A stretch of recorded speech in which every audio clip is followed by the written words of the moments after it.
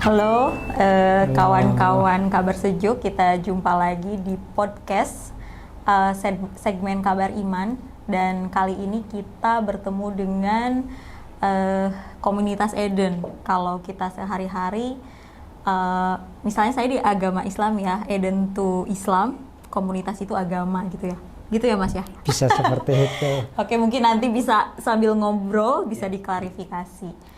Di sini sudah ada dua narasumber yang hebat membersamai kita. Ada Kak Rahman dan juga ada Karya. Nanti mungkin bisa berkenalan lebih lanjut ya di komunitas Eden sebagai apa, kesehariannya bagaimana.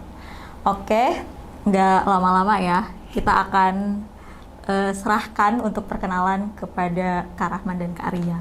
Silahkan. Oh iya, sorry, di sini ada Mas Tauik juga, teman dari Kabar Sejuk. Oke, silahkan. Nama saya Abdurrahman. Saya alumnus UIN, dulu IAIN. Sejak tahun 1996, saya sudah ada di Eden. Alhamdulillah, puji Tuhan, sampai hari ini. Saya kuliahnya di pertanian.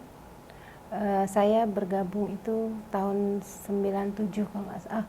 98 ya? Iya, 98. Ya itu. Sampai sekarang. Ya. Oke, mungkin diawali dengan pasti banyak yang ingin mengetahui dan langsung gitu ya dari Eden gitu ya, dari teman-teman komunitas Eden. Sebetulnya sejarahnya bagaimana, bisa diceritakan, dan apa yang melatar belakangi semangat almarhumah untuk mendirikan Eden atau Salamullah ya. Ya. Boleh diceritakan gitu. Mungkin Pak Rahman lebih jelas menjelaskan. Eden itu bukan agama, tapi Eden itu adalah surga di bumi. Yang melandaskan hidupnya pada kemahaesaan Tuhan dan menjadikan hukum-hukum semesta yang bersifat universal itu sebagai pijakannya. Gitu. Eden juga mengimani seluruh kitab suci yang diturunkan Tuhan, dari Veda sampai Al-Quran. Jadi ada perjanjian lama, perjanjian baru, ada Tripitaka, ada Tao, semua kitab suci.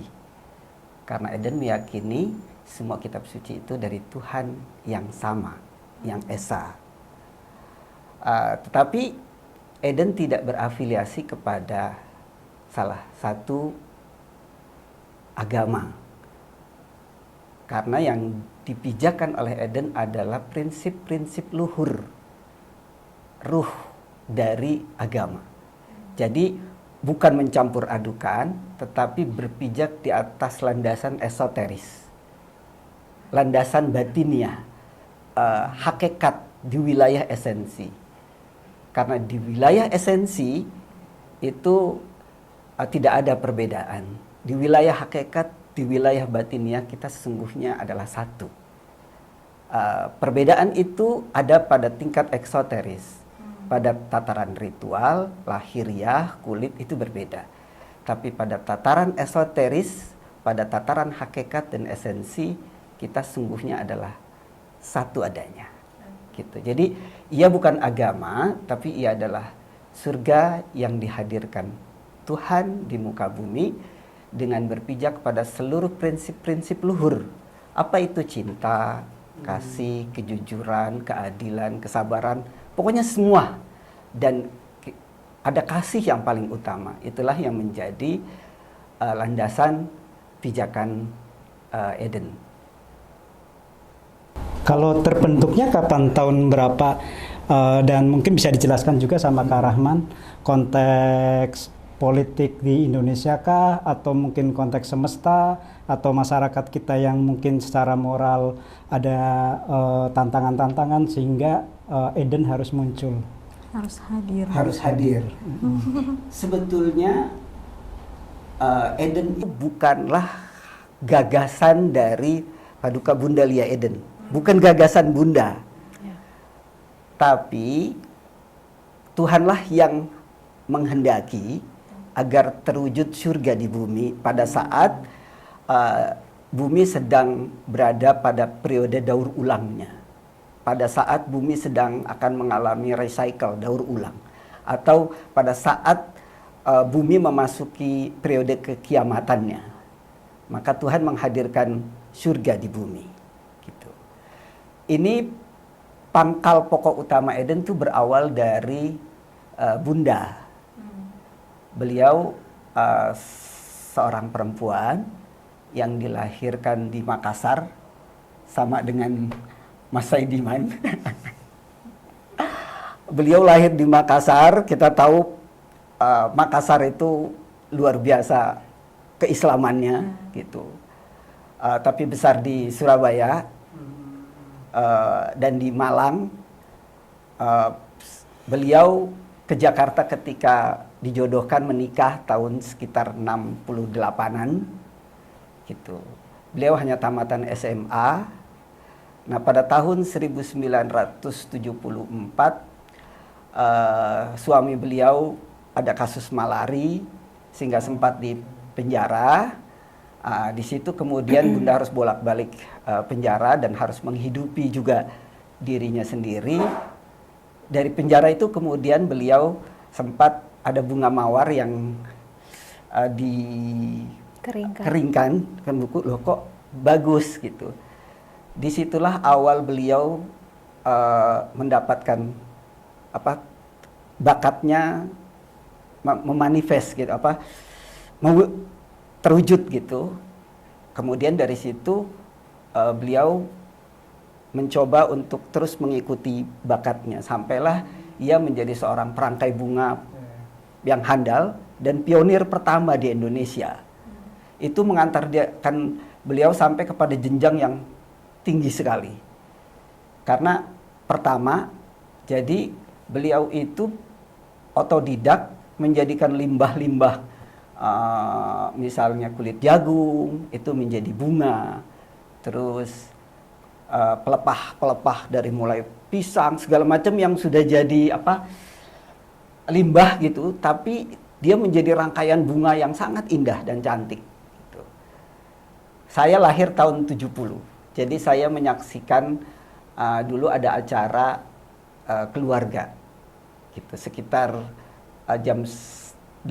sekitar jam 9 sampai jam 10 itu ada setiap hari Minggu ada acara keluarga merangkai bunga di TVRI. Dan beliau selalu mengisi acara itu terus menerus bertahun-tahun gitu. Jadi itu mengantarkan beliau sampai mendapatkan banyak sekali dari mulai Satya Lencana Pembangunan, Upakarti dan juga dari mancanegara banyak sekali. Sampai beliau dekat sekali dengan Ibu Tin, memang perangkai bunga di istana dan dekat dengan Ibu Tin dan juga tokoh-tokoh Indonesia. Jadi beliau sesungguhnya seorang wanita pada saat yang kehidupannya itu penuh dengan bunga, gitu. Sampai tahun 90-an beliau kemudian ingin membaktikan hidupnya untuk kalau semula menjadikan limbah itu menjadi bunga-bunga cantik dalam bentuk bunga, dan kemudian di tahun 90 beliau mengurusi narapidana di penjara-penjara gitu. Kemudian melatih bunga-bunga supaya mereka punya karya, menolong orang-orang yang di penjara, mendirikan yayasan namanya Ataibin. Orang-orang yang kembali bertaubat gitu. Khusus untuk perempuan atau laki-laki dan perempuan. Jadi punya di penjara perempuan ada bunga kering, yang di Cipinang juga ada. Dan orang-orang yang kembali kepada Tuhan. Jadi di tahun itu berdirilah Yayasan At-Taibin, dan ketika berurusan juga dengan orang-orang yang bertaubat, kemudian juga dengan para pemuka agama. Tapi suatu dalam perjalanan itu beliau kecewa dengan realitas dan juga para pemuka agama, kok dalam kenyataannya seperti ini. Sampailah kemudian beliau memohon petunjuk kepada Tuhan karena kecewa. terhadap realitas saat itu, dan juga kecewa terhadap kok para pemuka agama tidak mengantarkan umatnya, tidak menjadi teladan yang bersih dan suci. Itu beliau adukan kepada Tuhan, kekecewaan itu, sampai beliau kemudian berdoa kepada Tuhan, Tuhan kalau Engkau turunkan kebenaran maka hamba akan mengikutinya. Itu berhari-hari beliau salat tahajud sampai di tanggal 28 Oktober 1995 beliau gemeteran, berkeringat gitu, tapi ada jawaban di dalam hatinya, dari kedalaman hatinya itu, aku kabulkan doamu. Nah, beliau sendiri sangat bingung dengan keadaan itu. Setelah mengalami itu, keesokan harinya hidupnya seperti pandangannya, pikirannya itu berbeda dengan yang kemarin sebelum beliau mengalami pencerahan itu. Dan sepertinya di dalam dirinya itu ada sosok yang selalu bersamanya, mendampinginya gitu. Nah, dalam perkembangan waktu, akhirnya yang sosok yang ada dalam dirinya yang bisa berbicara, berdialog lewat hatinya itu menyatakan bahwa dirinya adalah malaikat Tuhan yang bernama Habib Al-Huda. Kalau dalam definisi artinya itu pemberi petunjuk yang dikasihi gitu. Nah, dalam perkembangannya kemudian ternyata malaikat itu adalah malaikat Jibril gitu. Jadi itulah dan dalam perjalanannya malaikat Jibril itulah yang menjadi sentral utama terbentuknya Salamullah, Eden, dan perjalanan sampai pada kerajaan Tuhan dan surga di bumi gitu. Jadi kalau saya misalnya bersama beliau menyampaikan sabda Ruhul Kudus, sabda malaikat Jibril dari beliau, tapi beliau sendiri belajar dari apa yang disampaikannya gitu. Jadi posisinya itu seperti ada dua gitu, dua pribadi di dalam dirinya gitu. Saya datang 5 bulan setelah Paduka Bunda mengalami pencerahan itu. Di sekitar bulan 95 saya datang 96. Itu udah namanya Salamullah. Itu Salamullah. Jadi waktu itu namanya Salamullah. Jadi saya waktu itu saya masih di mahasiswa, masih aktif di Forum Mahasiswa Ciputat, masih jadi aktivis. Aktivis demo Orde Baru melawan rezim Soeharto. Jadi saat itu saya memang tertarik dengan dunia tasawuf, spiritual. Di samping juga aktif, tapi dari sejak pesantren itu sudah dunia saya kayaknya di dunia situ gitu. Tapi saya belum ketemu guru atau mursyid. Jadi saya tuh dari satu tempat ke tempat yang di samping menjadi aktivis juga mencari sosok guru. Sampai suatu ketika saya mendengar ada berita ada seorang perempuan, wanita yang menantang Ki Gendeng Pamungkas gitu. Jadi waktu itu kemudian rame sekali gitu. Terus ada teman saya Irsa dari Sekolah Tinggi Filsafat Driarkara. Rahman, kita berkunjung ke sana yuk. Gitu. Akhirnya saya mengunjungi Bunda pada saat itu di Tebet. Gitu. Di Tebet saya ketemu dengan Mas Danarto dan Mbak Dunu istrinya. Nah, beliau juga baru kenal Bunda seminggu sebelum saya datang. Gitu. Jadi itulah cikal bakal Salamullah. Salamullah itu artinya keselamatan dari Allah atau keselamatan dari Tuhan. Bisa juga salam sejahtera dari Tuhan. Gitu. Kalau Kak Ria, tadi kan Kak Rahman udah ceritakan pengalaman spiritualnya. Kak Ria mungkin boleh cerita dikit proses perjalanan sebelum akhirnya bergabung di Salamullah. Ya, saya latar belakang saya, kalau Mas Aman kan dari pesantren ya.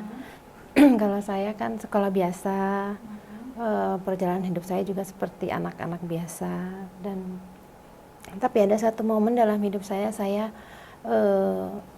seperti ingin berbalik, ingin berbuat baik, ingin kembali kepada Tuhan. Ada satu momen itu. Dan saya banyak mengikuti kegiatan-kegiatan. Waktu itu kan saya Islam ya, Islami, ikut pesantren kilat seperti itu.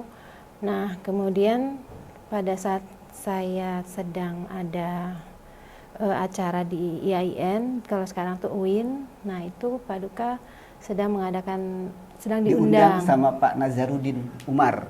Ya, diundang untuk Iya, yang sekarang Menteri Agama. Diundang di sana, kemudian saya melihat Paduka Bunda bicara. Nah, pada saat beliau bicara itu, katanya malaikat Jibril nih gitu ya. Jadi saya pengen tahu kan. Nah beliau tuh matanya kenapa ke saya terus gitu. Jadi matanya tuh ke saya aja, nggak ke lain-lain gitu. Saya bingung kenapa gitu. Itu pertama, tapi udah selesai di situ. Nah, beberapa bulan kemudian ibu saya kepikir lagi. Kemudian saya bilang ibu saya, "Ma, coba dilihat Bunda Lia," gitu. Kemudian ya awalnya ibu saya yang datang ke sini. Nah, setelah itu baru kemudian saya datang ke sini. Nah, di sini ya ada beberapa pertanyaan dalam kehidupan saya, itu pertanyaan saya kepada Tuhan. Banyak terjawab di sini gitu. Jadi menemukan jawaban yang selama ini saya merasa kenapa gitu. Misalnya pertanyaan pertama saya tuh ada mengapa agama di dunia ini, misalnya saya tanya teman saya yang paling banyak itu agama Islam atau Kristen. Oh, agama Islam itu besar, agama Kristen itu besar. Sama besarnya gitu. Kemudian berarti Tuhan memberkati keduanya gitu. Sedangkan mereka kan masing-masing agamanya lah yang terbaik gitu. Nah, kemudian ketika di sini saya dijelaskan bahwa semua itu berasal dari Tuhan yang sama. Betul-betul Tuhan itu menurunkan di setiap zaman itu ada rasul yang diturunkan dan sumbernya satu gitu, dan yang menurunkan itu melalui malaikat Jibril. Jadi saya bisa paham bahwa ya semuanya baik dan tidak ada yang perlu diperangi, tidak ada yang perlu dipermasalahkan. Nah, banyak lagi pertanyaan-pertanyaan yang di sini semua terjawab gitu. Lanjut. Iya. Seru banget. Pengennya nanya satu-satu ya perjalanannya. Iya. Karena ternyata seru ya. Beda-beda. Nah, kalau latar Kak Rahman tadi yang sebagai aktivis, kemudian juga mencoba untuk mencari semacam guru atau mursyid, dari yang tadinya paham Islam karena dari IAIN yang mungkin masih sangat umum, kemudian ketemu dengan Bunda Lia pada saat itu yang mendeklar bahwa mendapatkan wahyu gitu. Kak Rahman pada saat itu ada pertanyaan-pertanyaan atau langsung begitu saja cocok seperti Kak Ria yang ternyata dengan kehadirannya Bunda Lia itu banyak jawaban yang tadinya dipertanyakan gitu. Ya, saya sejak dari pesantren terus kemudian UIN itu memang sangat ini dengan dunia tasawuf sebagai praktisi dan juga sebagai mahasiswa yang serius belajar tentang tasawuf spiritualitas gitu. Jadi di samping menjadi aktivis, tapi sebenarnya hati saya tuh lebih condong sebenarnya ke tasawuf gitu. Jadi ketika ketemu Bunda, ada satu fenomena yang bagi saya ini fenomena yang saya nggak pernah bisa nggak temui, gitu. Dan susah saya mencari presidennya. Tapi saya sudah melihat itu, jadi sehingga banyak teman-teman waktu masih awal-awal itu pada kesini, teman-teman Ciputat gitu, terus lagi teman-teman aktivis itu seringkali setiap hari Selasa atau hari Sabtu itu datang ke sini, kita buat namanya muzakarah, masih salamullah. Sebagai seorang yang praktisi gitu, saya bertanya, ini kok ada satu fenomena di mana ada seorang perempuan yang tidak memahami agama, tapi beliau memang sangat, dalam pengertian sangat bertuhan gitu. Terus juga untuk menolong sesamanya itu tinggi sekali gitu.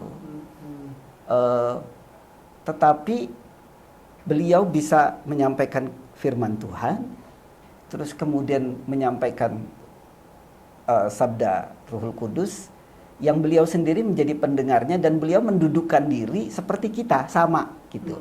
Belajar dari apa-apa yang dinyatakannya, belajar dari apa-apa yang diucapkannya. Gitu.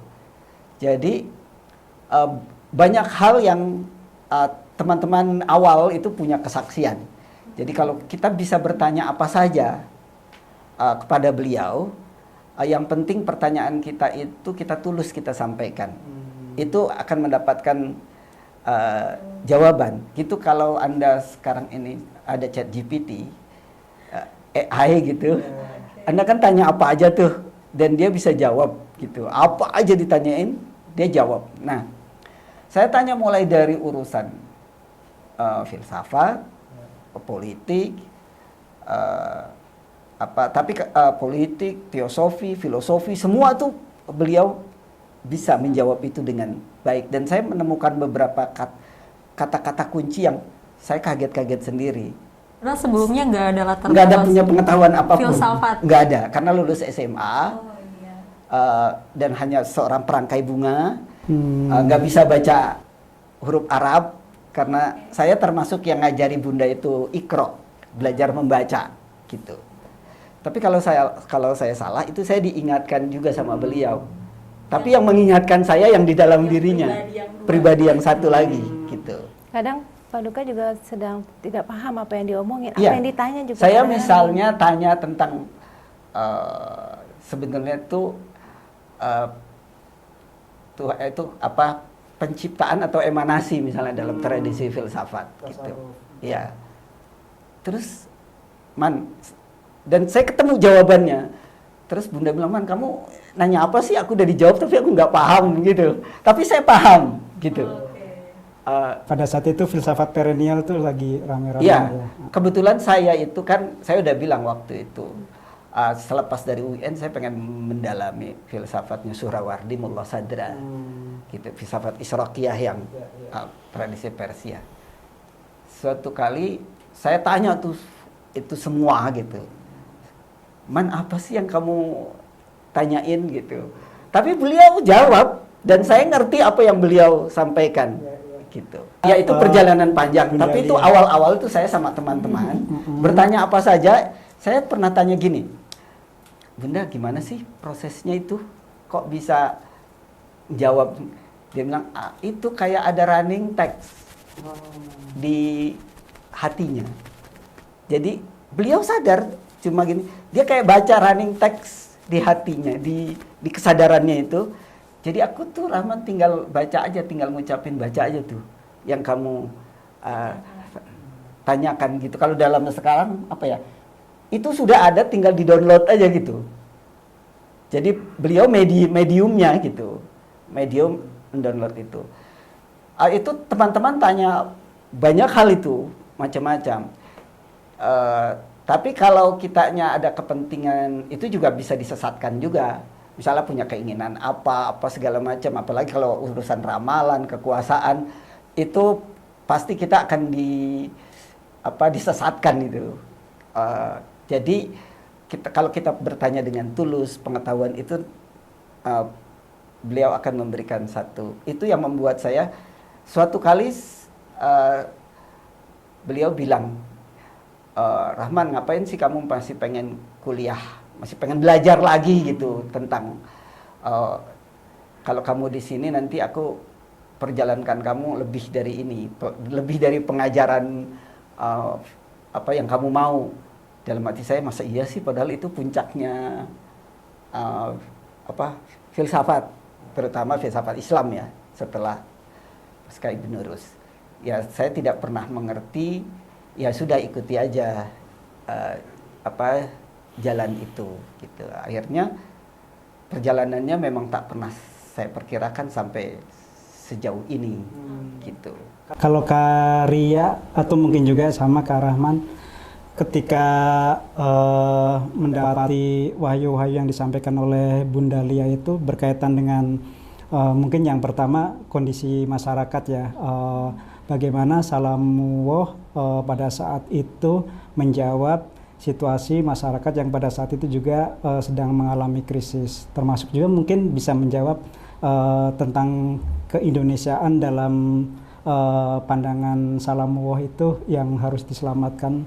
Pada saat itu kerasa, oh iya ini benar nih Bunda Lia menyampaikan pandangan-pandangan atau wahyu yang disampaikan itu memang pas menurut Kak Ria atau Kak Rahman. Ya, saya pada awalnya juga ketika malaikat Jibril itu kami terperanjat, sebenarnya bukan dari Bunda sendiri, tapi ada anak muda yang datang ke sini berkesaksian bahwa yang datang dan ada bersama Bunda itu yang disebut malaikat Habib Al-Huda itu sungguhnya adalah malaikat Jibril. Kita semua kaget, Bunda juga kaget.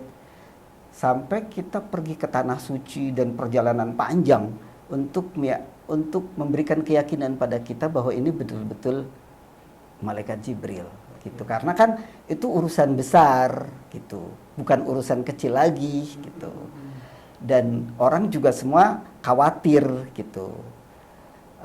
Akhirnya berangkatlah kita ke tanah suci gitu untuk menjalani perjalanan seperti itu, memohon kepada Tuhan kalau ini benar, ya kami ingin ikut serta di dalamnya, tapi kalau ini tidak benar, kami akan menjauh. Bunda juga begitu, karena beliau juga dijauhi keluarganya, semuanya. Jadi bayangkan, saya ingin sekali menemani beliau karena dari hidup yang penuh dengan bunga,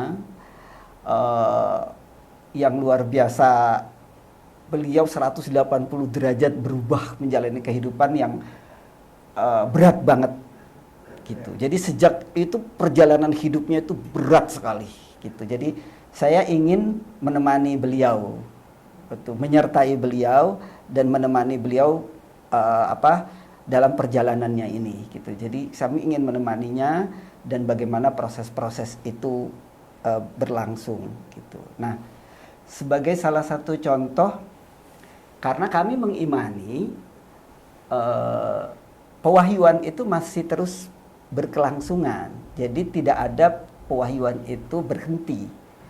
Selagi kehidupan ini masih ada, dan kehidupan niscaya ada, tidak pernah mengalami ketiadaan. Karena itu selama itu pula Tuhan senantiasa menyejarah. Gitu. Pada saat itu nggak bingung, karena kan basicnya Kak Ria sama Kak Rahman adalah Islam yang meyakini bahwa wahyu selesai di Nabi Muhammad. Ya, saya bingung, tapi Bunda itu tidak bisa baca Quran, tapi beliau buka secara random saja. Buka Bismillah gitu, ayat yang mana, itu ayat yang ketemu di depan, sampai sekarang kita selalu praktekkan itu. Buka, terus ketemu ayat pertama yang dilihatnya, itulah jawabannya. Nah, pada saat itu, saya kan biasa tuh baca Quran, tapi bagi saya wahyu itu udah selesai, malaikat Jibril udah selesai.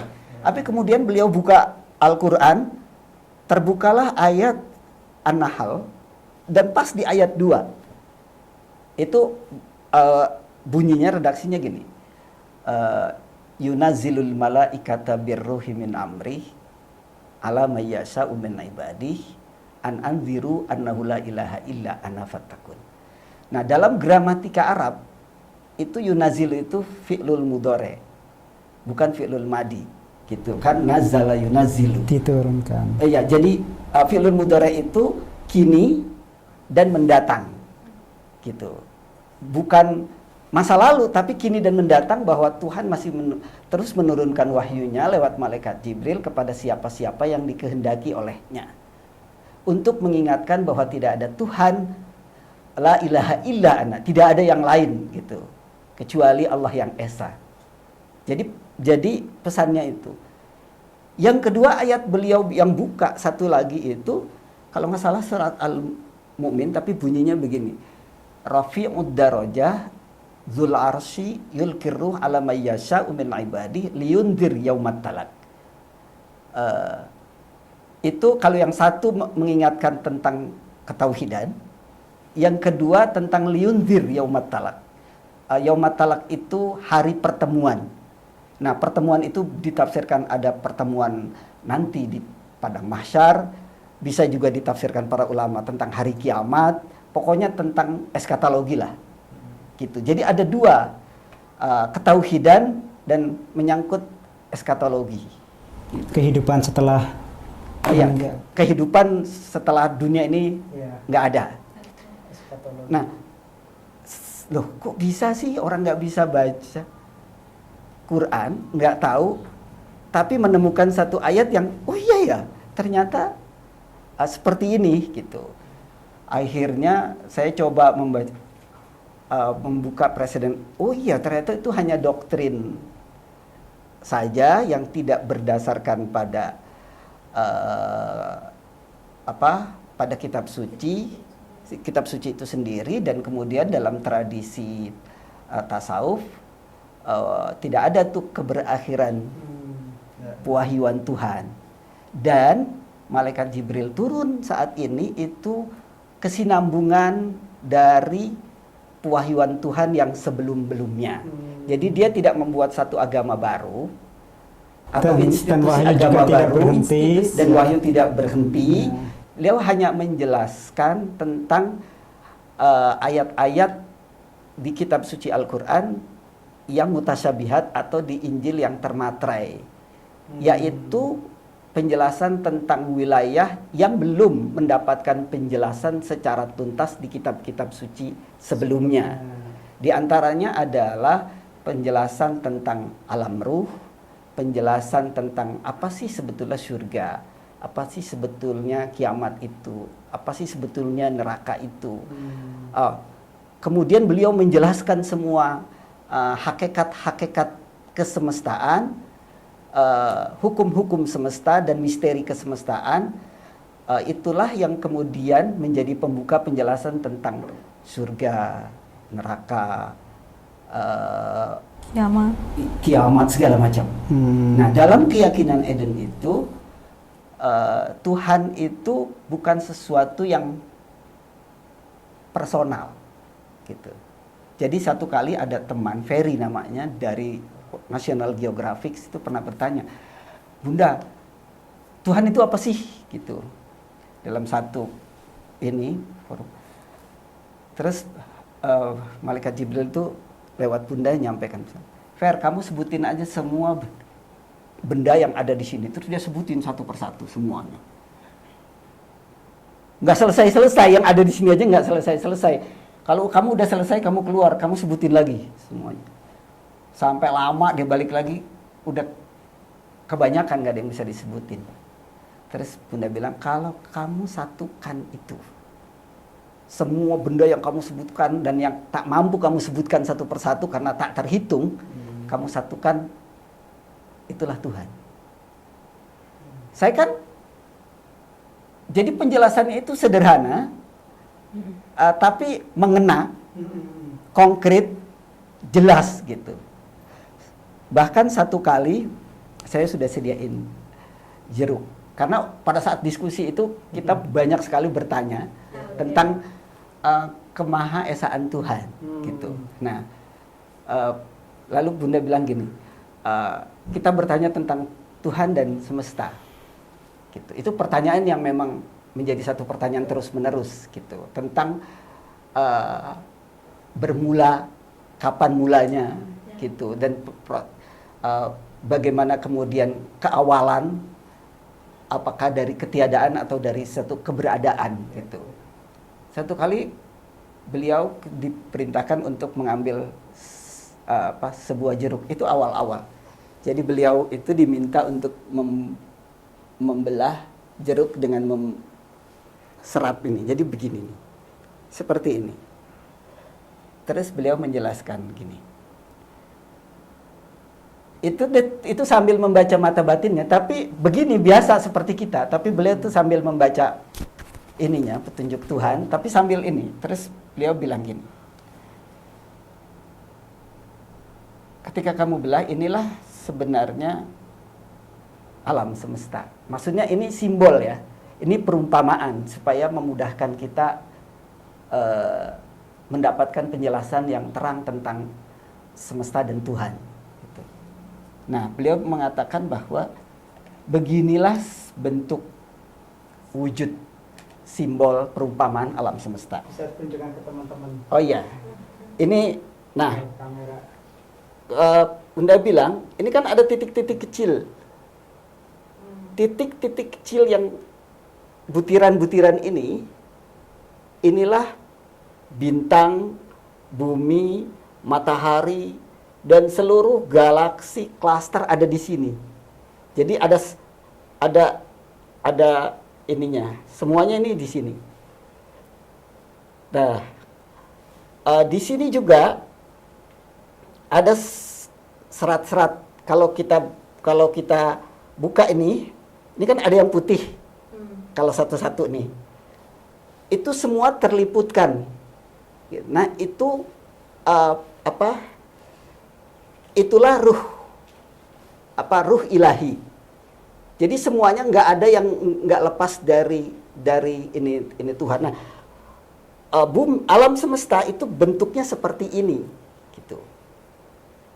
Jadi seluruh kehidupan itu ada di dalam ini, dan setiap kali butiran ini kayak bumi, matahari dan lain sebagainya. Ini kalau dia kiamat atau mati, tapi ini akan jadi lagi, gitu. Satu mati, lahir yang baru, satu lahir yang baru. Tapi bentuk alam semesta itu sebetulnya bulat, seperti perumpamannya seperti jeruk, gitu. Dan tidak ada kehidupan di luar alam semesta, karena ini adalah perwujudan dari Tuhan yang Maha Esa. Dan di tengah sini itulah pusat ruh ilahiyah, gitu, yang memancarkan seluruhnya. Jadi nggak ada yang terlepas dari yang ilahi, gitu. Jadi ini nih semua ada serat yang melingkupi jeruk ini, gitu. Semuanya saling terhubung, terkoneksi. Semuanya nggak ada yang lepas, gitu, dari yang terkecil sampai yang terbesar, gitu. Nah, kalau sementara ini yang disebut sebagai mantel semesta, gitu. Sehingga seberapapun anomali semesta, seberapapun ledakan-ledakan yang ada di dalam semesta, itu senantiasa terukur. Jadi dia kadang-kadang mengembang, kadang-kadang menciut. Kadang-kadang mengembang, menciut, tapi semuanya ada di dalam semesta itu sendiri. Mantel itu. Nah, kalau kamu tangkupkan, itulah wujudku. Itulah perumpamaan sebagai wujudnya Tuhan. Kalau semuanya itu ada di dalam liputan Tuhan. Tidak ada yang di luar Tuhan. Jadi kita semua dan seluruh kehidupan dari yang terkecil sampai yang terbesar itu ada di dalam Tuhan. Gitu. Tentu saja karena kita semua ada di dalam Tuhan, maka tidak ada yang serupa dengan Tuhan. Jadi karena dia adalah keseluruhannya. Gitu. Dia bukanlah sosok yang berada di luar, yang kita tempatkan di luar, karena dia ada di keseluruhan keberadaan itu sendiri, baik di luar atau di dalam, semuanya dalam keliputan dia. Tidak ada yang di luar keliputan dia. Karena itu dia bersifat impersonal. Nah, satu titik ini adalah misalnya bumi, matahari, Venus, bulan. Ini satu titik ini ini bumi saja, kata penjelasan Tuhan itu sudah mengalami beberapa kali kekiamatan, gitu.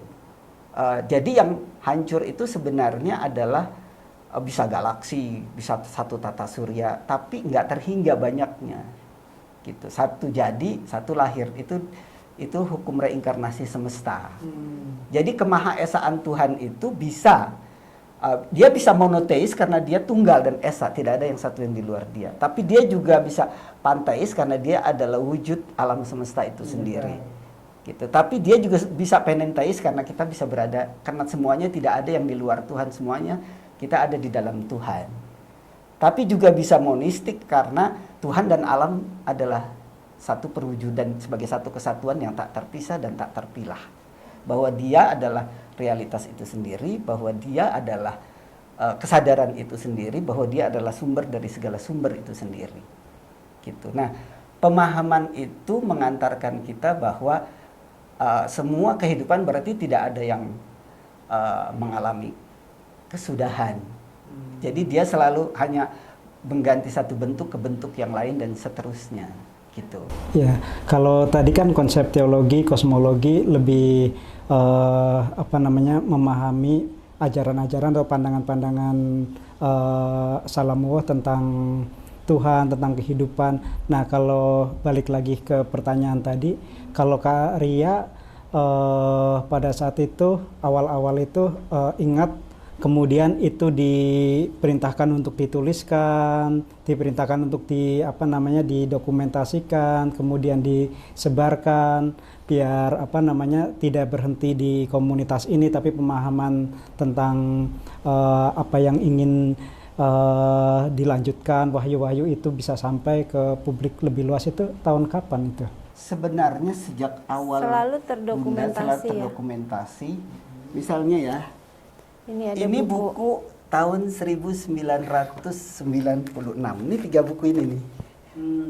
Jadi ini saat buku 1 mendalami kerukunan nasional.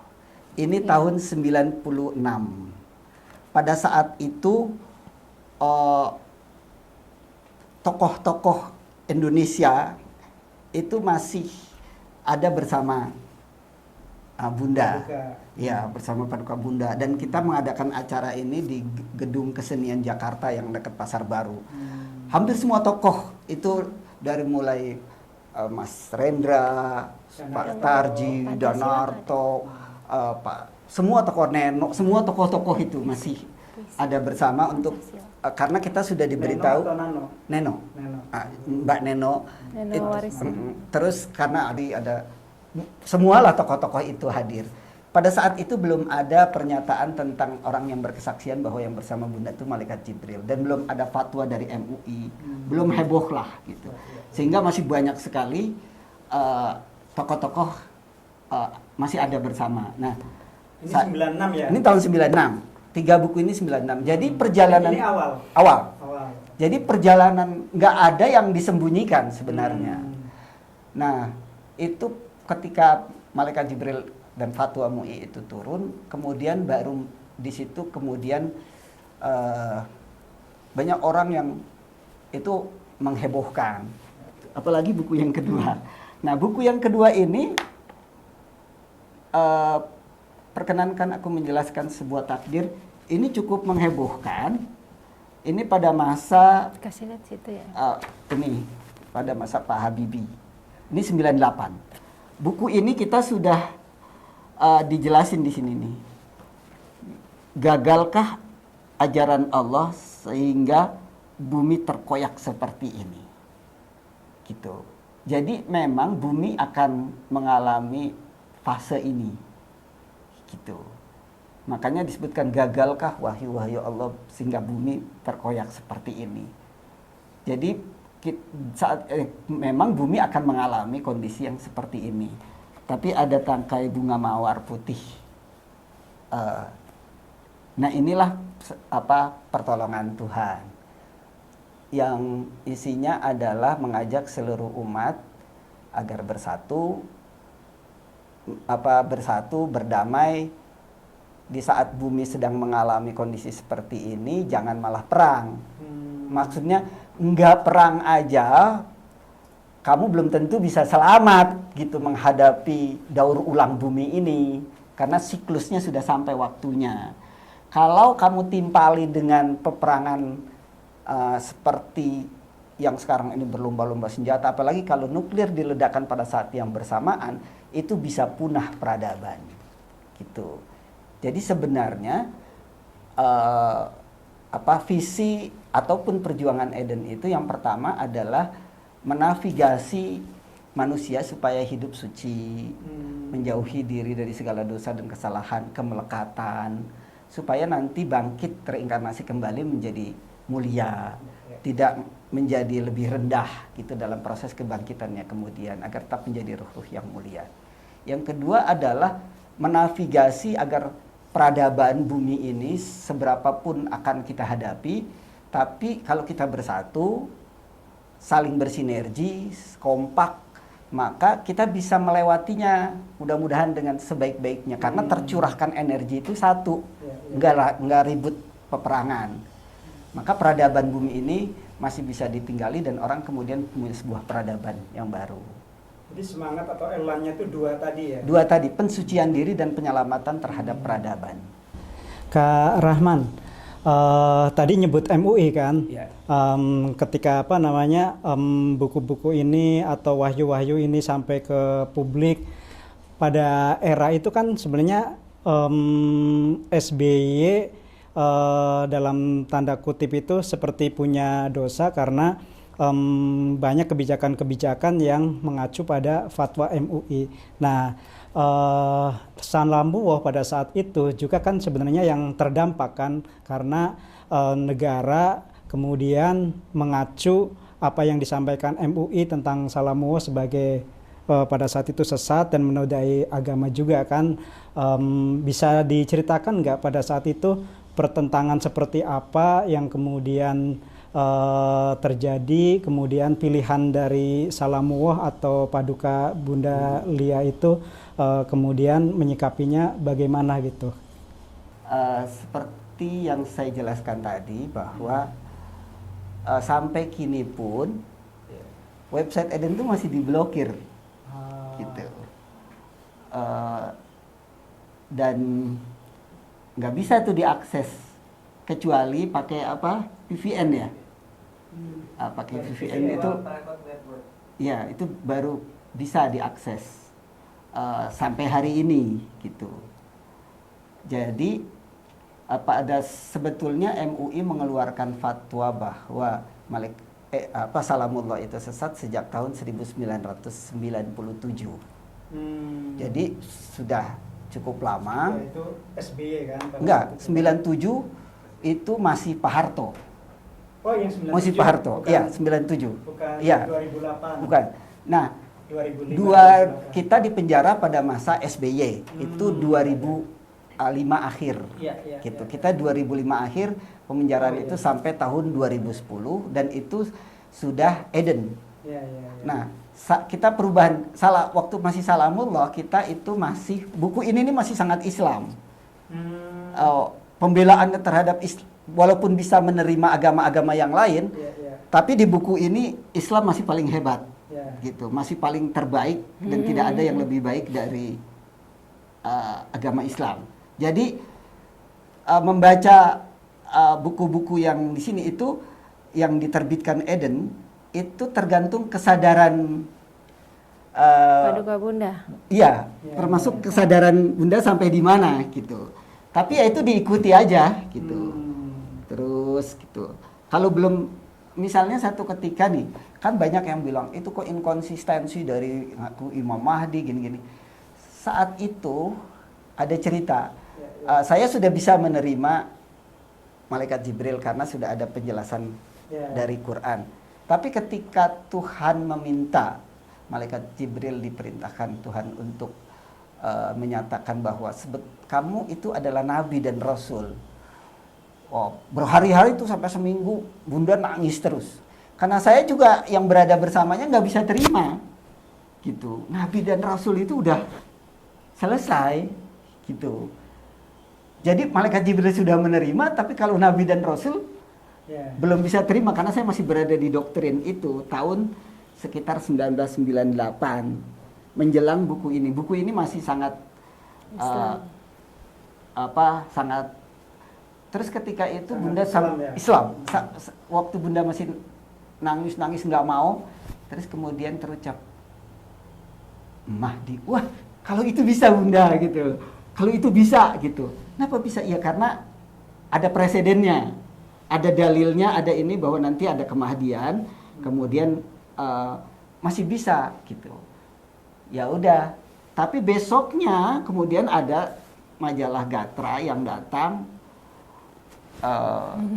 Jadilah pengetahuan pada saat itu yang terekspos majalah Gatra membuat cover depannya itu berita tentang Eden dan semua media ke sini gitu. Jadilah itu yang terekspos tentang Imam Mahdi, Nabi Isa gitu-gitu. Teologinya masih teologi itu, gitu. Teologi bahwa Nabi Isa nanti masih kemahdian, masih Nabi Isa. Nah, pada saat tahun 2015 setelah kita dapat ujian dari Monas setelah dipenjara 2 kali itu, mungkin cerita di tahun 2005, 2007, 2008 karena kan pemenjaraan itu kan di tahun 2006, 2008 ya. Nah, pergumulan itu bisa diceritakan nggak? Karena ini kan kaitannya dengan prinsip yang kita sama-sama yakini bahwa beragama itu bebas. Meyakini sesuatu itu harusnya tidak boleh dipenjara gitu. Iya, iya. Jadi tahun 2005 kita diperintahkan, itu udah jadi Eden tuh, surga. Terus kita diperintahkan, Bunda diperintahkan Tuhan untuk menyampaikan ke publik tentang surga dan kerajaan Tuhan di bumi. Gitu. Dan itulah yang mengantarkan kita, karena itu menghebohkan, itu yang mengantarkan kita pada pemenjaraan pertama gitu. Pewahyuan Tuhan saja tidak dilayakkan, bahkan ada seorang ulama MUI itu bilang, walaupun perjuangan Eden itu tauhid, sebaik apapun perjuangannya, kalau masih pakai nama Jibril itu seperti berwudu dengan air kencing gitu. Jadi segitu tidak dilayakkannya kehadiran pewahyuan Tuhan, segitu selesainya. Nah, padahal doktrin bahwa tidak ada lagi pewahyuan Tuhan itu melanggar ayat-ayat Tuhan itu sendiri, baik ayat kauliyah yang ada di dalam kitab suci Quran yang masih menyatakan secara harfiah bahwa wahyu Tuhan itu masih berkelangsungan, sekaligus juga berlawanan dengan hukum-hukum semesta yang memang beregulasi terus-menerus dalam keabadian. Gitu. Jadi selama kehidupan itu masih ada, maka selama itu pula proses pewahyuan itu Tuhan menyejarah lewat para utusan itu senantiasa hadir, karena itulah yang membuat sebuah keseimbangan. Jadi kelestarian, kelanggengan, stabilitas kebenaran itu senantiasa dijaga gitu, untuk menjaga kelestarian itu, dan itu bisa terwujud dengan hadirnya para utusan Tuhan. Kita mendefinisikan utusan Tuhan itu tidak terpaku pada tentang urusan agama, tapi penemuan-penemuan yang bermanfaat, yang membawa kemaslahatan, tokoh-tokoh ilmu pengetahuan, baik filsafat, sains, seni yang bermanfaat, itu adalah utusan-utusan. Karena ini kita bukan hanya ngomong tentang teologi dalam pengertian doktrin, tapi tentang segala sesuatu yang melahirkan kelanggengan di semesta, itu sebenarnya pekerjaan dari sisi terang, dan niscaya itu para utusan Tuhan, baik dari tingkat yang paling kecil, dari wilayah misalnya di suku Baduy, di pelosok mana, tapi ada orang-orang yang selalu menjaga kelestarian, penjagaan. Itu adalah semua itu tidak terbatas. Oh, yang ini besar, enggak, sebetulnya itu bagian dari proses penjagaan Tuhan gitu, agar alam semesta ini, kehidupan ini terjaga dan terpelihara. Mungkin ke Kak Ria ya, karena kan waktu itu kan Kak Rahman sama Paduka itu kan di penjara ya. Jadi pergumulan apa yang kemudian dialami oleh Kak Ria ketika pimpinan-pimpinan Eden atau sebelumnya Salamuwo itu harus dikriminalisasi, harus dipenjara.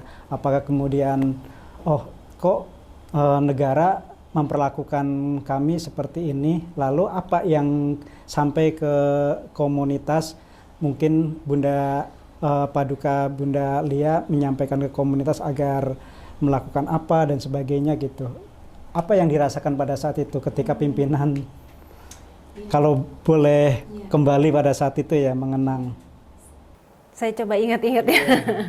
Saya tuh sebetulnya lebih apa ya, kalau Yang Mulia ini kan lebih banyak pengetahuannya tentang Islam, tentang Al-Quran. Nah, saya itu lewat jalur yang tadi saya bilang pertanyaan-pertanyaan saya, dan saya pikir secara logika aja gitu.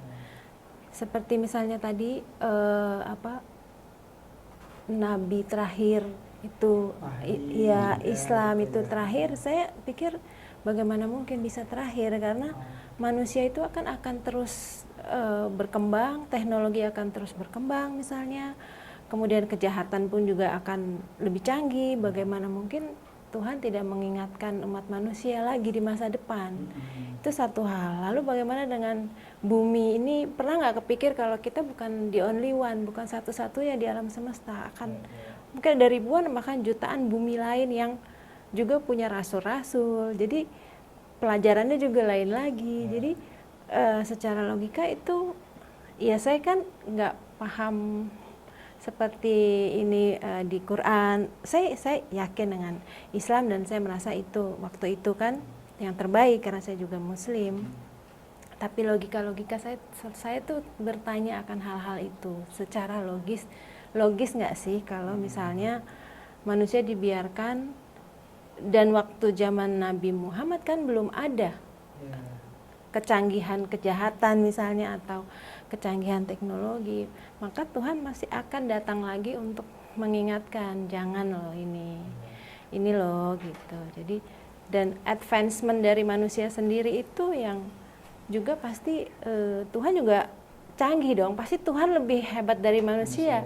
Pasti dia lebih canggih caranya untuk menyapa manusia lewat teknologi, lewat sebagainya gitu. Nah, jadi keyakinan saya kepada Tuhan dan malaikat Jibril di sini itu tidak perlu dipertanyakan lagi gitu. Karena memang Paduka membahas segala macam ilmu, dan segala hal itu tidak terlalu menjadi rumit. Ya, ketika kita beragama kan ada ritual, ada ini, ada itu, dan banyak sekali. Nah, ternyata pas ketika saya di sini itu sekat-sekat malah diangkat. Jadi bagaimana caranya supaya kita bisa bersatu? Nah, itu yang lebih ditekankan, bagaimana sekat-sekat itu dikurangi, dibuang, sehingga tapi ketuhanan kita itu yang diasah. Maksudnya Tuhan kan menciptakan kita sudah ada akal dan hati nurani. Nah, di sini kita bisa tanya, dan kita bisa semakin dekat dengan hati nurani kita kalau kita bisa mengasahnya setiap hari, maka kita akan minta petunjuk Tuhan. Jadi begini, saya lebih ke dalam diri saya. Misalnya begini, ketuhanannya itu seperti apa? Bukan hanya ritual, tapi kedekatan kita kepada Tuhan itu seperti apa? Saya selalu setiap hari saya bertanya, apa sih yang Tuhan inginkan? Gitu. Jadi dari situ saya setiap mau melangkah saya tanya, Tuhan boleh nggak saya kesini? Tuhan ini benar nggak? Ini salah nggak? Seperti itu. Jadi kita kepada Tuhan itu lebih dekat daripada kalau kita punya teman hidup, pasangan hidup aja kita kan tanya, boleh nggak saya ke sana? Boleh ini. Nah, Tuhan tuh kita perlakukan lebih daripada itu gitu. Nah, keseharian kita kepada Tuhan itu membuat pengalaman saya di sini, saya merasa yakin banget bahwa Tuhan itu bisa dekat kepada manusia, bukan kepada kita saja, kepada semua manusia yang ingin mendekatkan diri kepada Tuhan. Maka seperti itu. Nah, ketika Paduka di penjara dan kemudian mungkin sekarang juga Paduka sudah tidak ada, itu tidak ada hubungannya dengan Tuhan. Maksudnya ya kalau kita memang yakin bahwa Tuhan itu ada dan Tuhan itu selalu ada sampai kapanpun, maka kita akan selalu kepada Tuhan, hubungannya tetap seperti itu gitu. Meskipun pada saat itu yang jawaban-jawaban sebelumnya itu kan selalu ada di komunitas karena ada Paduka, Bunda Lia, terus ada Kak Rahman. Nah, itu kan kayak semacam ada pembatasan dari luar ya, dari masyarakat yang menstigma, kemudian sebenarnya kan MUI juga kan bagian dari masyarakat, dan kemudian dari pihak negara. Ada yang mungkin saya sama Paduka Bunda itu jarang ngurusin yang lain ya. Iya. Jadi hubungan kita tuh boleh langsung kepada Tuhan, kepada malaikat bisa menginspirasi dan bisa memberi petunjuk. Asalkan kita berbuat baik, menjauhi dosa, maka hubungan itu channel itu sebetulnya mudah untuk bisa mendapatkan petunjuk dari Tuhan gitu. Jadi begini Mas Tawi, Paduka Bunda memang menjadi medium penyampai risalah ilahi dalam bentuk buku tertulis jadi kitab, gitu. Tapi setiap orang di sini itu persoalannya sama Tuhan, itu perjalanannya sendiri, gitu. Kita nggak boleh banget. Suatu waktu saya pernah gini, karena saya dari awal-awal pesantren, terus biasanya tradisi NU itu selalu tawasulan. Maksudnya ketawasulan ke Malaikat Jibril lah karena sudah menjadi guru. Terus, aduh saya belum ini kirim ini ke Malaikat Jibril. Terus Paduka kemudian nyeletuk, Rahman, kata waktu itu masih awal ya, kamu nggak perlu mempropos namaku, kata Malaikat Jibril. Kesucianmu lah yang mengantarkan kamu kepada Tuhan, gitu. Bahkan satu kali pernah gini, aku hadir saat ini itu untuk menebus karmaku karena aku disatu substansikan dengan Tuhan, gitu. Maksudnya segitunya gitu loh, bahwa segala sesuatu yang disekutukan dengan Tuhan, dia harus balik ke bumi gitu untuk punya bertanggung jawab gitu terhadap itu. Jadi semua makhluk dari yang terkecil sampai yang terbesar tuh punya pertanggungjawaban. Jadi sangat personal sebenarnya. Iya, Iya, jadi sangat langsung personal. hubungan manusia dengan Tuhan. Jadi gini, itu membuat saya kaget kan, gitu. Nggak ada itu, gitu. Nah, jadi hubungan dengan Tuhan tuh bukannya sosok yang kemudian kita Terus perantaranya Paduka Bunda itu bukan. apalagi gitu. kemudian dia mendekat Iya. gitu karena ada ini, karena dia adalah keseluruhannya. Kalau kita berada dalam kesadaran keseluruhan, kesadaran universalitas, kesadaran keseluruhan, ya itulah. Dan tapi kesadaran keseluruhan itu naik turun, gitu. Jadi di Eden tuh nggak ada orang yang karena Tuhan sosok kemudian dia dekat dengan Tuhan kemudian jadi perantara. Nggak ada, kesadaran itu naik turun gitu. Dia kadang-kadang naik, kadang-kadang turun, kadang-kadang kita tiba-tiba dalam kesadaran universalitas tuh, kalau orang Jawa tuh nerimo, tapi juga qanaah, tapi juga syukur di setiap kondisi dan keadaan gitu. Menarik juga ya relasi antara Bunda Paduka, Bunda Lia, atau mungkin Setiap pribadi-pribadi di sini.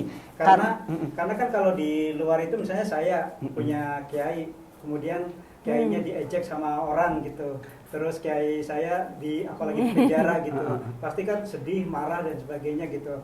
Kalau dalam konsep misalnya konsep HAM, konsep politik, itu kan bagian dari perlakuan tidak adil gitu ya. Tapi pada saat itu ketika Kak Rahman dan Bunda Ya Valeria. kita pasti sedih sekali dan Sebagai itu, ya. tapi kita melihat ya terus saya selalu tanya Tuhan maunya apa? Apa rencana Tuhan di balik semua ini? Dan ketika saya lihat Paduka di penjara dan ini juga di penjara, itu seperti surga itu pindah ke sana. Jadi mereka tidak ada tidak ada rasa kesulitan. Iya. Segalanya tuh di sana semuanya baik. Tempat tidurnya Paduka juga semua orang tuh ngalah untuk Paduka bisa bawa apa aja, bawa kasur, bawa apa. Terus Saya ini juga walaupun tidur di atas botol aqua waktu di Polisi 2006. 2006. Saya cuma satu kali yang 3 tahun tidur di atas aqua, terus pakai kardus gitu, nggak pakai apa-apa, tapi berat badan saya bertambah jadi 50 kilo. aneh kan Tapi sebenarnya. pada saat di luar saya paling berat 45, 46. Tapi pada saat sekarang 47 gitu. Tapi saat di penjara justru saya 50, kehidupannya teratur. Dan ini jadi tidak ada tidak Apa? ada kesulitan atau penindasan atau apa yang kita kan pikir kalau di penjara tuh serem gitu. Paduka tidak mengalami itu, bahkan Paduka boleh mengajar, terus kita diajak untuk ikutan mengajar napi-napi, kerajinan, bikin boneka segala macam. Jadi Ada wahyu-wahyu yang kemudian merespon itu enggak? Ada, Kalau di betul. tahun 2008. ada itu, ada buku itu ya Bu, Merangkai Bunga. Merangkai Bunga itu dari Iya. penjara itu. Oh, Jadi ada banyak hasil- sekali. apa ininya pesan atau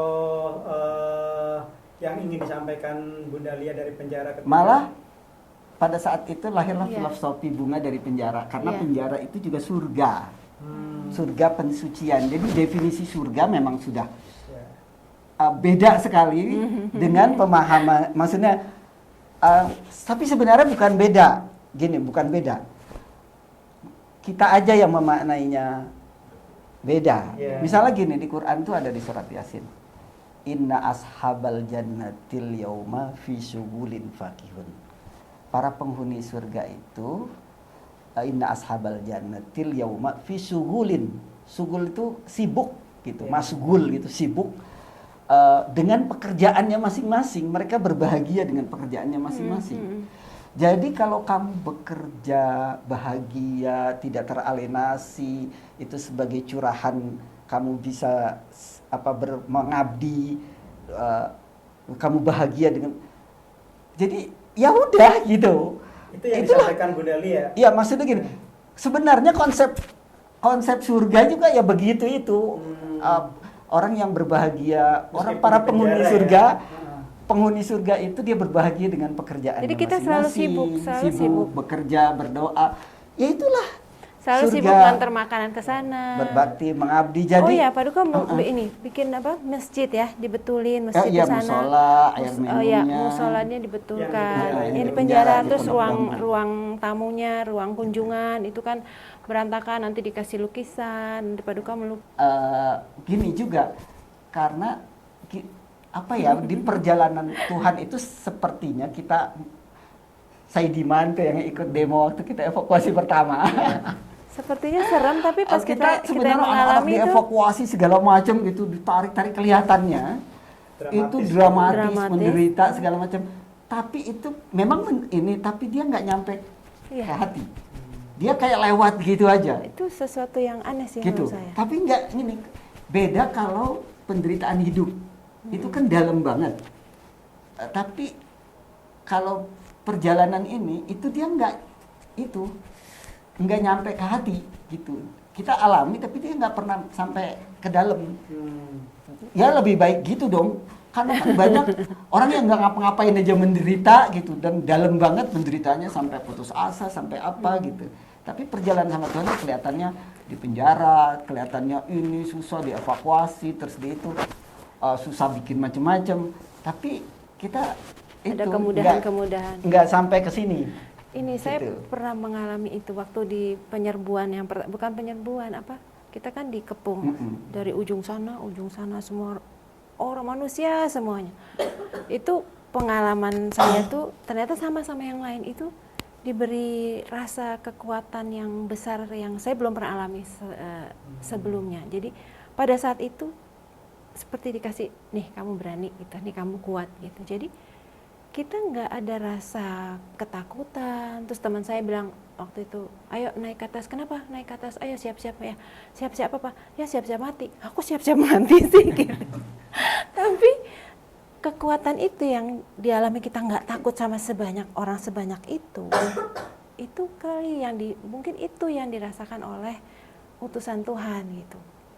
Saya pernah ngerasain sedikit waktu itu gitu, oh itu kali ya, keberanian menyampaikan sesuatu, keberanian, keyakinan bahwa ini adalah Tuhan sebenar-benarnya, beneran Tuhan loh gitu. Nah itu tuh ada rasa keberanian yang besar sekali yang saya tanya sama semua juga merasakan keberanian itu. Dan itu nggak bisa, saya nggak bisa rasain lagi, cuma sekali itu. Oh rasanya kayak gini ya, gitu. Rasa jadi martir, jadi berani gitu. Dan tidak tersentuh, maksudnya nggak dalam lah, Ya. kayak lewat gitu aja. Nah, kalau tadi kan menyebut Pancasila gitu ya. Apa sih sebenarnya pesan dari Eden tentang bangsa ini harus bagaimana gitu? Apakah yang sekarang ini misalnya dengan dasar Pancasila, terus konstitusi Undang-Undang Dasar 45 itu cara Eden menyikapi kehidupan berbangsa di Indonesia itu seperti apa? Apakah memang bagian dari pergumulan? jadi Pancasila itu adalah kami meyakini itu adalah wahyu Tuhan kepada para pemimpin bangsa. Jadi sebetulnya untuk pesan untuk negara ini, untuk Indonesia, sebetulnya tidak harus mengetahui tentang Eden ya, bukan tidak harus ya, tapi inti yang ingin disampaikan oleh Eden adalah bahwa Pancasila itu sudah solusi yang diberikan Tuhan. Jadi Pancasila itu memang wahyu Tuhan yang diberikan kepada para pemimpin, dan itu sudah ada di Indonesia sudah dari semenjak itu. Nah kita hanya ingin memberitahu bahwa ini dipakai gitu. Dipakailah ini, karena inilah solusi bukan cuma untuk Indonesia tapi juga solusi untuk dunia. Yang pertama misalnya ketuhanan yang Maha Esa. Bagaimana kita betul-betul dekat kepada Tuhan setiap saat kita tanya hati nurani kita, setiap kita ingin berbuat. Pokoknya kita bagaimana mendekatkan bukan cuma ritualnya ya, tapi benar-benar hidup bersama Tuhan gitu. Itu ketuhanan, kemudian kemanusiaan, ya kita harus adil, apapun agama orang kita harus bisa adil, jangan dibeda-bedakan. Kemudian persatuan juga, kita bagaimana bisa bekerja bersama dengan semuanya tanpa agama lu apa-apa gitu. Jadi kalau semua itu diberlakukan di dalam kehidupan sehari-hari, sudah selesai, solusinya Tuhan sudah kasih. Jadi tadi saya bilang Tuhan tuh sederhana tapi tapi jitu gitu, membuat sebuah solusi gitu. Agak aneh juga ya masyarakat di luar yang melihat Lia Eden, kemudian komunitas Eden itu sebagai musuh, padahal apa yang disampaikan atau wahyu-wahyu yang sudah terkodifikasi, sudah dibukukan ini juga menyampaikan hal-hal yang baik, termasuk juga kehidupan keindonesiaan atau konsep keindonesiaan itu sebagai bagian dari wahyu yang itu juga diamini oleh Eden gitu. Jadi nggak adil ya rasanya negara ini kepada Eden. Ya sebetulnya ya begini, nanti juga ada waktunya. Kita melihat pemenjaraan, terus lagi atau apalah sebutannya ya, itu bagian dari karma yang harus kami jalani gitu, karena memang belum waktunya, belum saatnya, karena kebenaran itu punya logika sendiri untuk sampai ke mahligai kemenangannya. Ada atau tidak adanya kita itu punya alurnya sendiri, kita hanya menjadi bagian dari proses itu. Karena kita yakini itu, maka apapun yang terjadi, ya kita senang-senang aja gitu. Semuanya kita lalui dengan senang hati sebagai sebuah proses perjalanan kita. Sayangnya begini, yang mengemuka di publik, yang ditulis oleh banyak juga teman-teman di luar, bahkan juga beberapa penulis para intelektual, mereka melihat kontroversi pensucian Eden. Padahal itu bukan yang substansi gitu. Saya mencontohkan gini, di dalam tradisi spiritualitas manapun, di agama manapun, kalau yang kita akrab oke lah di dunia tasawuf gitu. Kalau orang ingin sampai kepada dalam ada tradisi itu yang ada tarekat itu sampai ke insan kamil, itu luar biasa tuh pensucian beratnya, membebaskan diri dari segala kemelekatan, berhala-berhala diri sampai yang terkecil. Nah, Eden itu nggak pakai khalwat, nggak pakai zikir, nggak pakai apa-apa. Ritualnya? Tapi nggak pakai ritual, tapi kalau satu hari berapa kali? iya nggak ada. Satu tahun berapa kali, ini berapa kali, nggak ada. Tapi melalui ujian-ujian hidup yang kita jalani setiap hari. Misalnya ada yang ada wartawan yang suruh saat dia lagi jadi wartawan karena mulutnya nggak bisa diberhentiin, kekurangannya, terus disuruh puasa bicara gitu.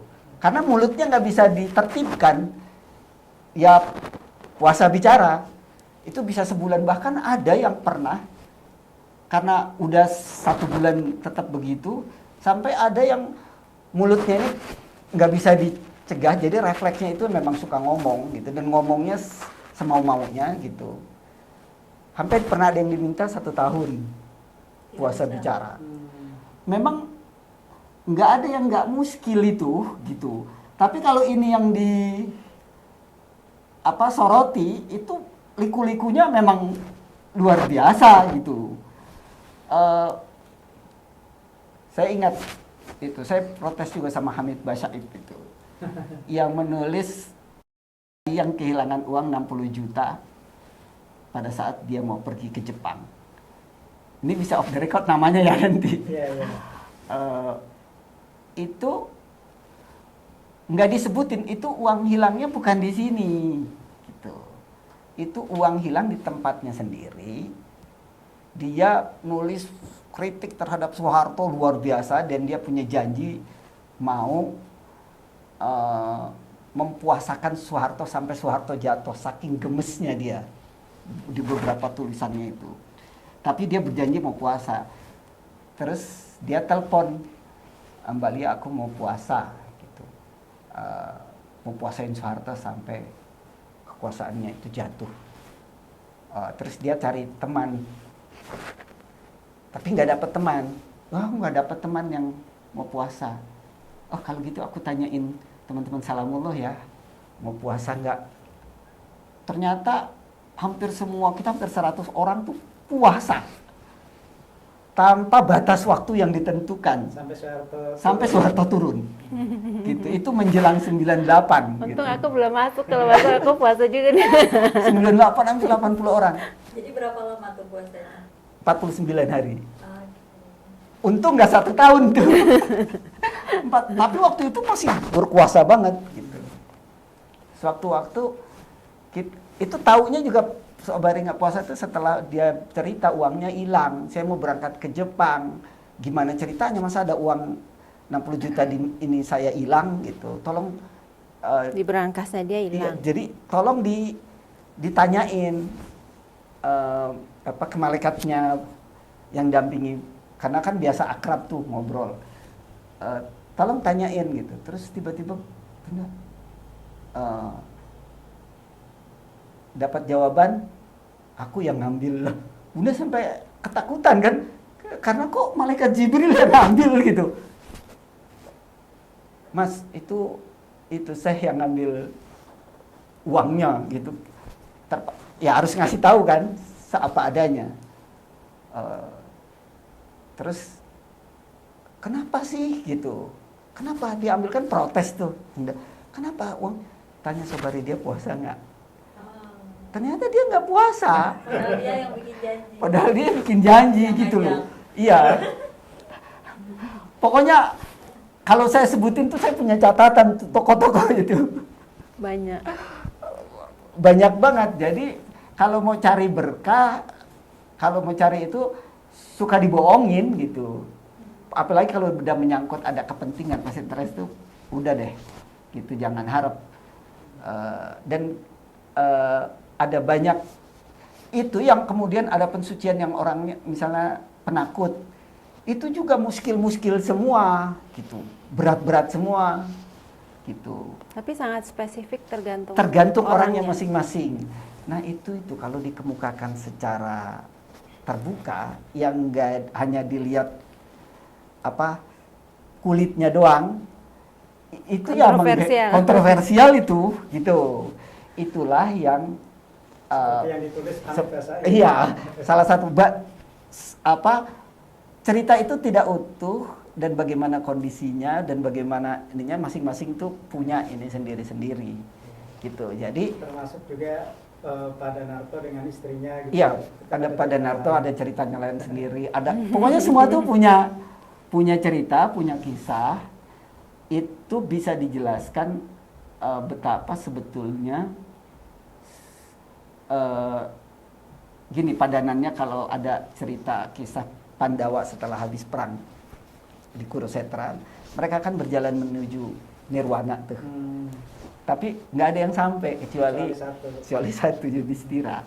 Tapi kisah perjalanan Abhagawat Gita segala macam itu menjadi sebuah pengajaran. Kita menjadi sebuah pengajaran. Nah, kalau mau dilihat muskil-muskilnya perjalanan itu, emang banyak banget yang muskil karena dia melampaui rasionalitas gitu. Dan sepertinya sebenarnya kalau kita para utusan Tuhan itu pun bingung. Sampai akhir itu bingung. Jadi kalau ada orang bilang sampai ke Tuhan, para utusan Tuhan itu sebetulnya sampai akhir gitu bahwa dia memang menyampaikan pesan Tuhan, tapi bukan berarti dia kemudian mutlak ini Tuhan gitu. Gitu. Oke. Ini waktunya udah 2 jam loh. 2 jam. Iya. Oh, 2 jam. Oh iya, pesan ini karena kondisi kita ke depan berat gitu, baik untuk dunia maupun untuk Indonesia, maka yang ditunggu Tuhan adalah pertobatan. Pertobatan bangsa ini maupun pertobatan dunia. Pertobatan itu kalau kita itu diajari gini, kita mengakui dosa kepada Tuhan, terus kita harus menebus itu satu persatu, sehingga langkah kita ke depan itu mudah untuk bersuci. Sebagai bangsa kita punya banyak kesalahan dan dosa dalam sejarah perjalanannya. Itu sebagai bangsa kita harus mengakui semua dosa dan kesalahan yang pernah kita lakukan.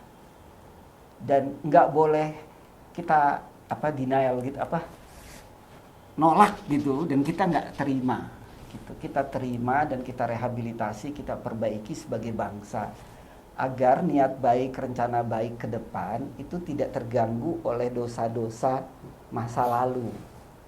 Gitu. Itu penting. Karena kesadaran itulah, pertobatan itulah yang menjembatani kita akhirnya bisa melangkah.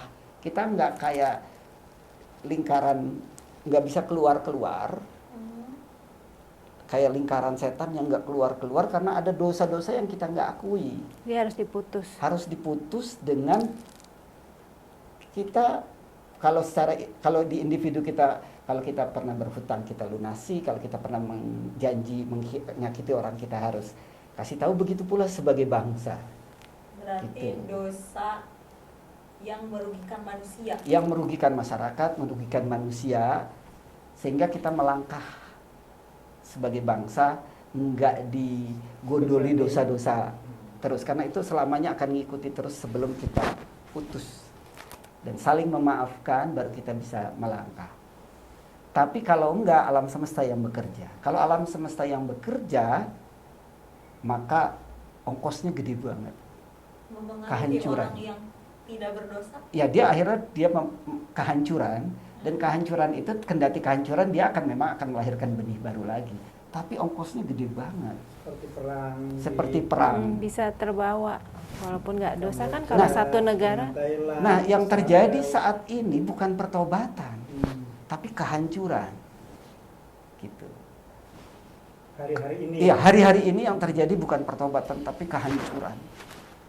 Ya tentu saja alam semesta tidak rugi, Tuhan tidak rugi dan tidak untung.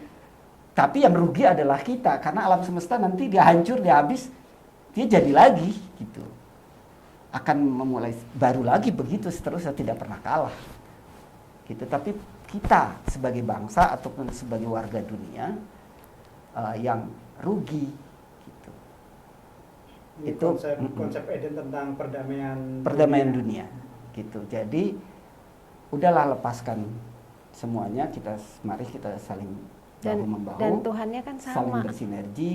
Tuhan kita sama dan alam semesta ini bekerja secara Bumi pun sama. Maksudnya sistemnya. kita berbagi satu bumi yang kita nggak bisa bagi-bagi semuanya, kayak misalnya pencemaran di sini itu kan ngalir ke negara lain gitu. Jadi setiap hal tuh kita satu sebetulnya, karena ini we share, terhubung, kita berbagi bumi yang sama. Kita punya sistem yang satu, di bawah ini sistem yang satu jua. Kalau kayak gini saya nih sama Tawi, atau suatu waktu ketemu di Amerika, wah kampung halaman saya adalah Indonesia. Wah karena satu kampung halaman. Tapi kalau saya ke bulan sama Tawi, kampung halaman saya lihat ya bumi itu. Jadi kalau kemudian kita lihat bumi kampung halaman cuma satu-satunya itu, terus kemudian perang atas nama agama kah, atas nama negara kah, atas nama tanah kah, atas nama kekuasaan, lu kok bisa ya saling menghancurkan padahal bumi cuma itu gitu misalnya. Kasihan kan? Kasihan kan gitu.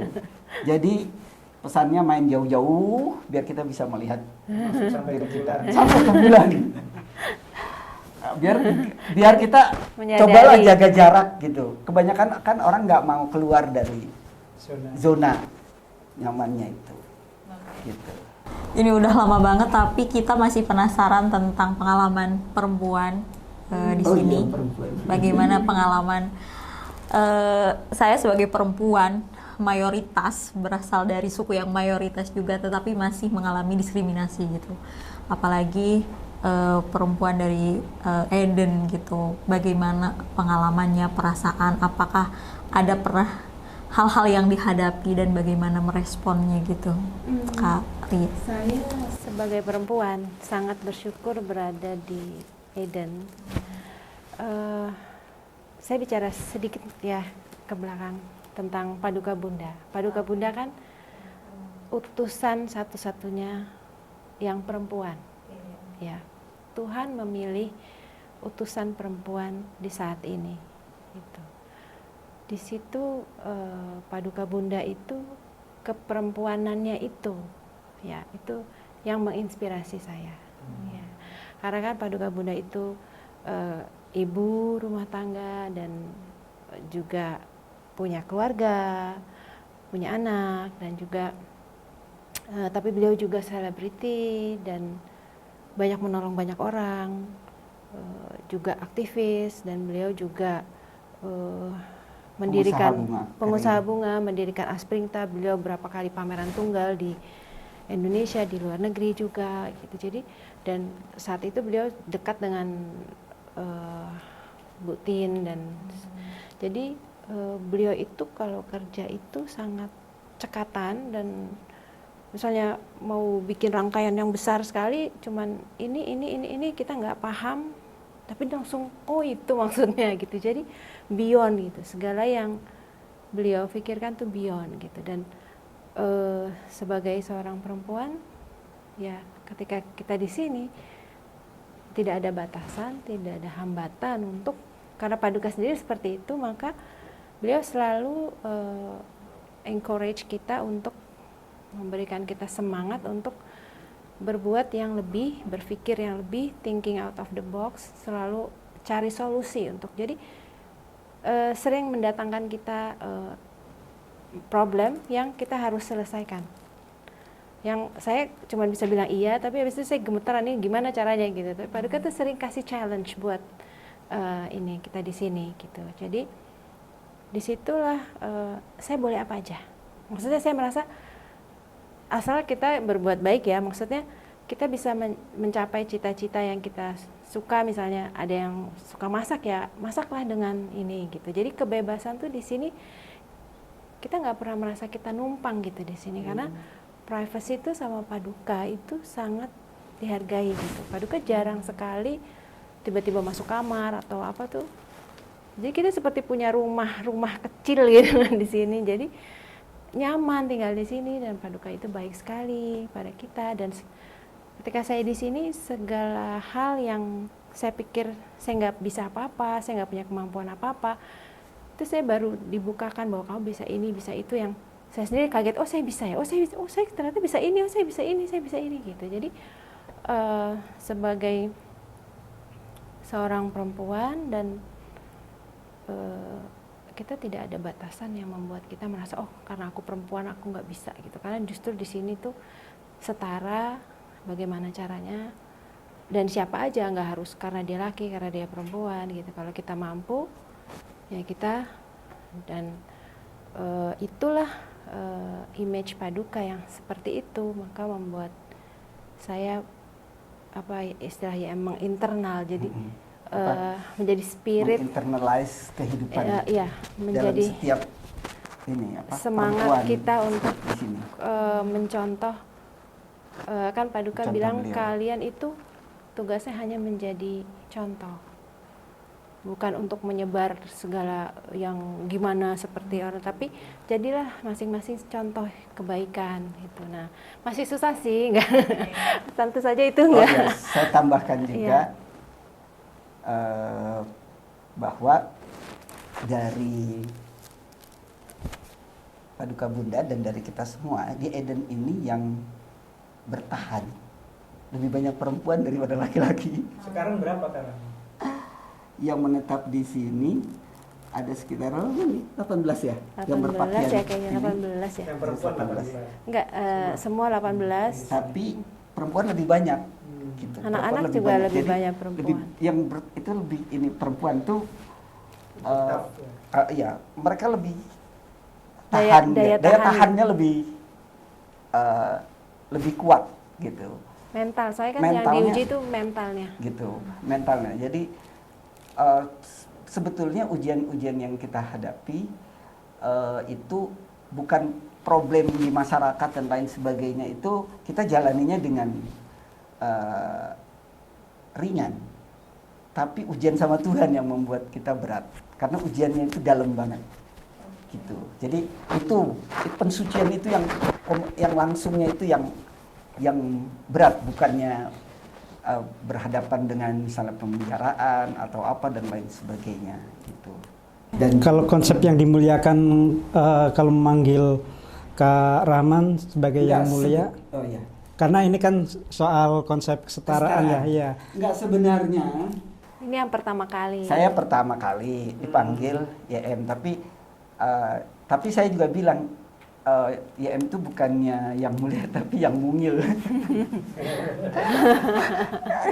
Pertama kali. Jadi tapi semuanya kemudian kita sebenarnya setelah itu dipanggil semuanya yang mulia. Semuanya harus Tapi disebut yang saat mulia. tapi gini, saya tuh dipanggil di sini ada YM, tapi kalau Ayah Keli manggil saya Cing, Hafid manggil saya Cing.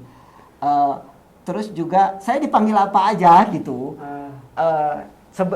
Terserah saja, karena di sini tuh setelah nggak ada urusan, kita tuh udah sama Tuhan. Termasuk pengambilan keputusan-keputusan. Termasuk ngambil komunitas itu kita putus bareng rame-rame. Jadi nggak laki-laki yang paling dominan gitu. nggak ada, jangan kan laki-laki. Ya. Galakan ceweknya di sini. Tuh Mami bilang galakan apa? Galakan perempuan. Laki-lakinya nggak ada keputusan. Jadi terus kita tuh komunitas, karena yang pokok disampaikan adalah ini hukum-hukum kehidupan, hukum-hukum semesta yang bersifat universal. Soal visi surga itu saat Tuhan mengatakan, maka karena kita percaya sentral kerasulan adalah Roh Kudus, maka banyak orang yang sebenarnya disapa, dituntun, dan dibimbing yang mengarah pada tujuan yang sama di banyak tempat. Karena setiap kali alam semesta itu bekerja dengan, kalau di sini lagi ada neraka menguat, pasti sudah dipersiapkan tuh. Nggak satu gitu dipersiapkannya itu. Selalu begitu cara Tuhan menyelamatkan, menolong peradaban dan kehidupan. Rencana Tuhan itu kepada umat manusia ya sudah disebar di seluruh pelosok bumi ini. Mungkin kita kebagian tugas membuka, nanti ada lagi yang lain bertugas apa gitu. Jadi kita meyakini kalau sudah saatnya Tuhan menginginkan itu, ya itu akan terjadi. Akan terjadi dan akan terwujud dengan sendirinya, sesuai dengan proses waktu, punya siklus, punya logikanya sendiri. Kalau upaya-upaya Eden untuk agar tadi ya tugas-tugas di Eden itu sustain gitu, survive, tadi kan komunitas di sini sekarang 18 ya. Bagaimana agar secara sosial, juga pendidikan, juga pekerjaan atau ekonomi, Eden sebagai komunitas itu terus bertumbuh, tugas-tugas yang disandangkan juga bisa jauh, mungkin kita nggak tahu siklusnya gitu. Itu apa saja yang dilakukan, termasuk anak-anak gitu? Ya, jadi sementara ini setelah Paduka tiada, kita ada beberapa, kalau Islam katanya ijtihad ya. Nah, jadi ada ijtihad kita mulai berbisnis untuk ya hanya untuk kebutuhan sehari-hari kita gitu. Kemudian kita, jadi Paduka kita tidak sadar mengajarkan banyak kesenian, karya, membuat karya, entah lukisan, entah bunga kering, entah kue-kue gitu. Jadi tanpa sadar selama 20 tahun lebih di sini ya, itu diajarkan banyak hal. Nah itu ternyata itu bisa membuat kita berkembang dan ekonomi bisa ditingkatkan. Dan ketika mungkin ada yang datang ke sini seperti orang-orang yang mau yang merepotkan, yang nggak merepotkan. Ini tamu-tamu Tuhan. Tamu-tamu Tuhan. Jadi kami sudah punya sumpah tuh.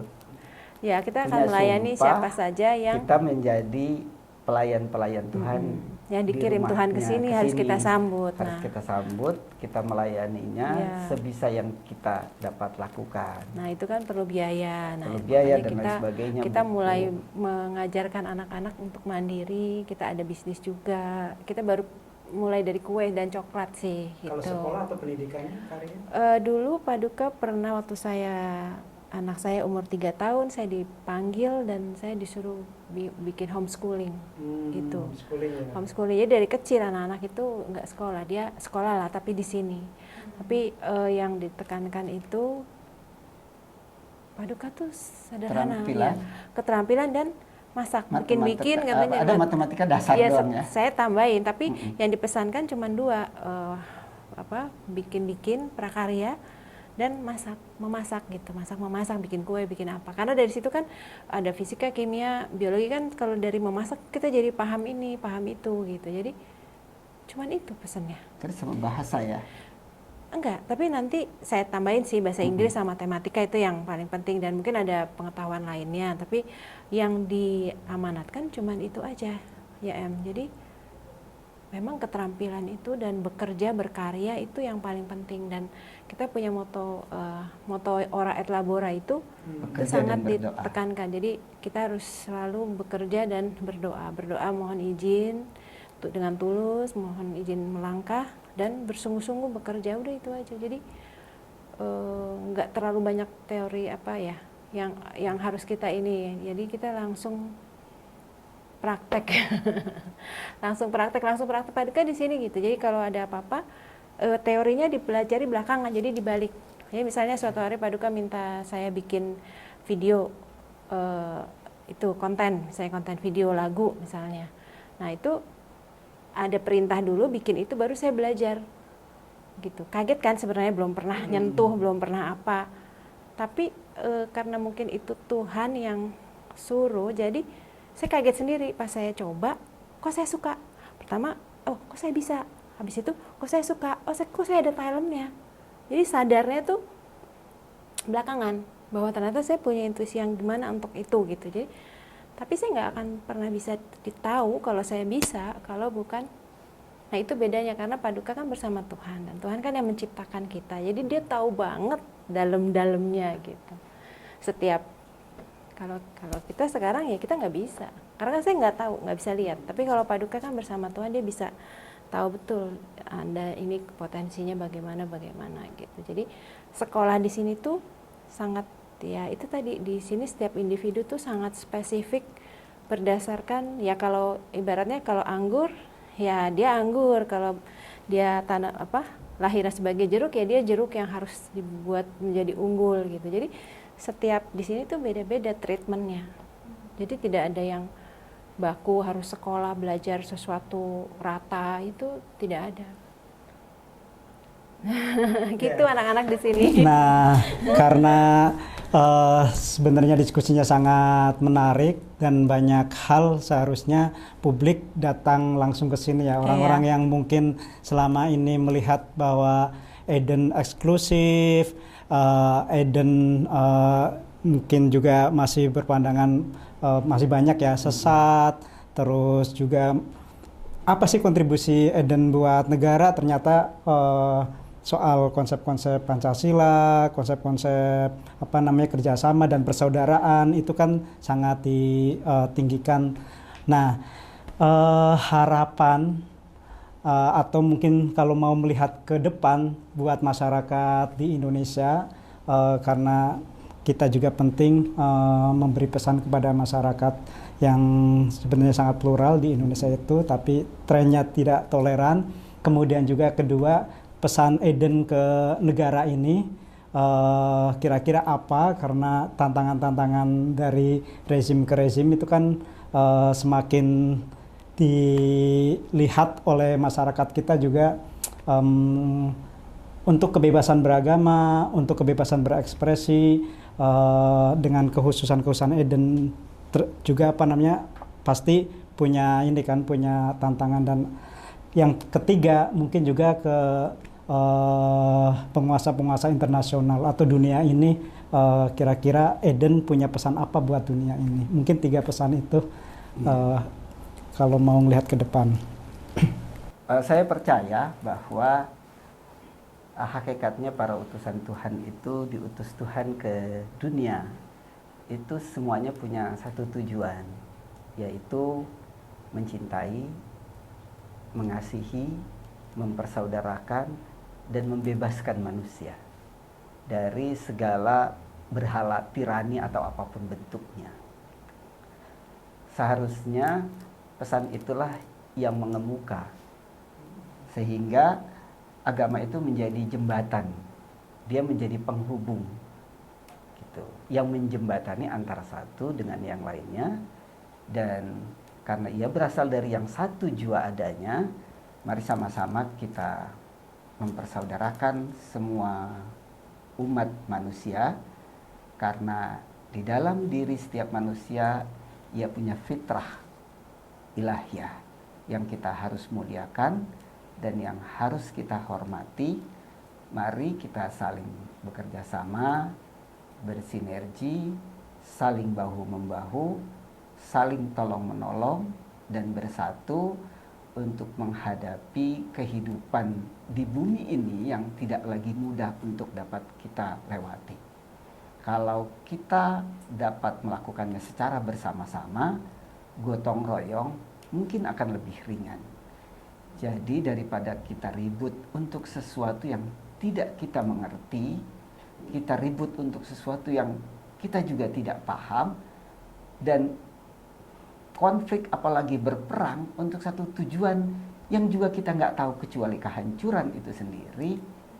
Jadi lebih baik kita pilih hidup dalam damai, dalam kasih, agar kita bisa melewati zaman dan perubahan bumi ini dengan sebaik-baiknya.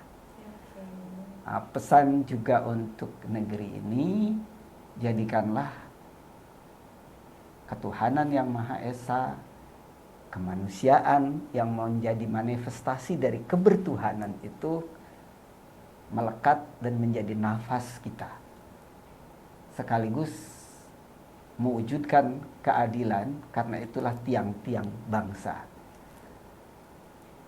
Hiduplah suci dari yang paling terkecil, tidak menyuap, tidak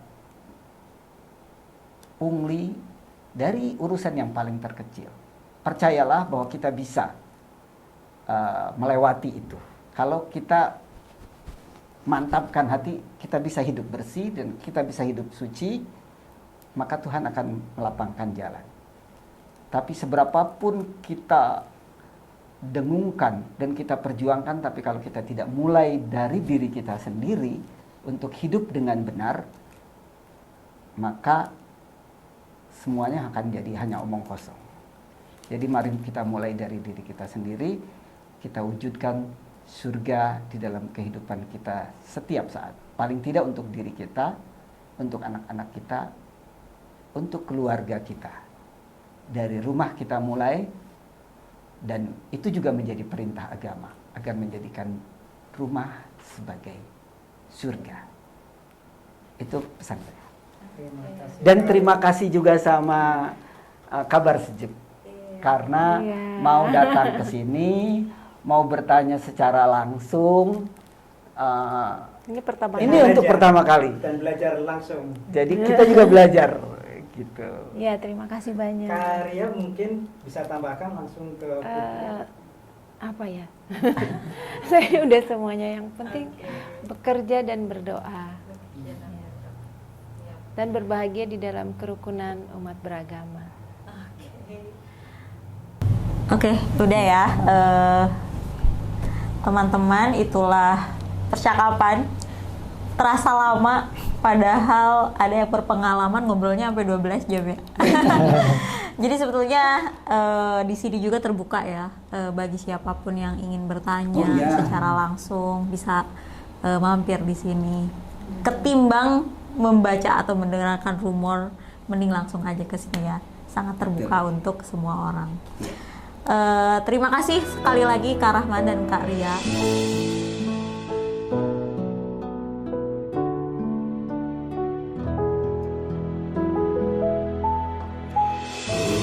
Kemana kita pergi?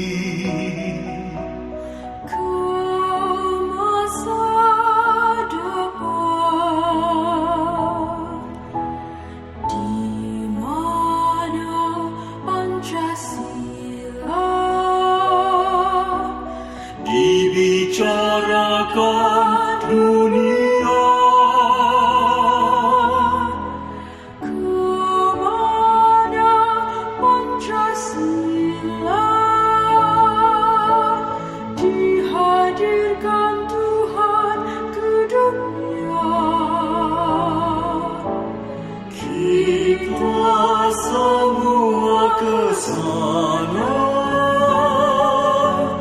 Menjadi bagian dari dunia. Kita mendunia, kita milik bangsa-bangsa. Oh, camkanlah ini, tanamkan dalam hati, bahwa Pancasila nanti mendunia. Tuhanlah yang menginginkan hal itu, karena ideologi Pancasila dapat diterima ideologi yang universal. Kita menjadi sahabat dunia, Pancasila milik dunia. Kita semua milik dunia. Kita milik dunia. Pancasila milik dunia.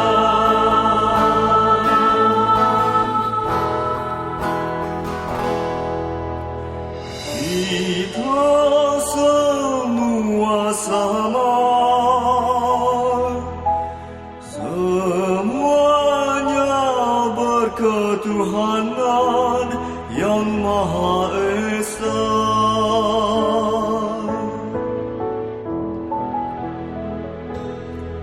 Kita semua tak ingin terpecah belah dan saling memusuhi.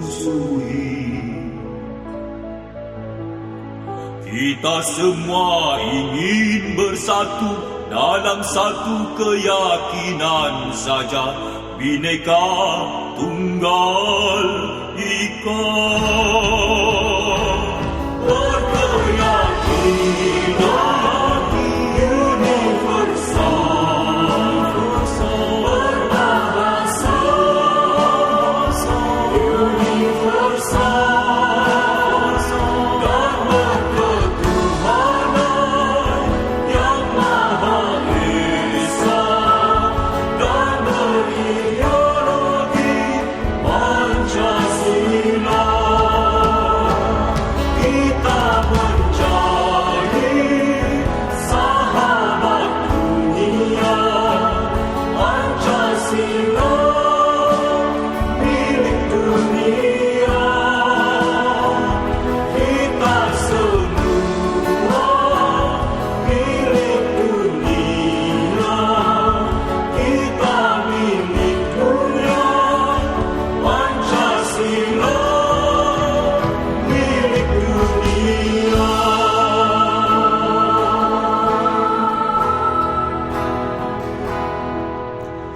Kita semua sama, semuanya berketuhanan yang Maha Esa.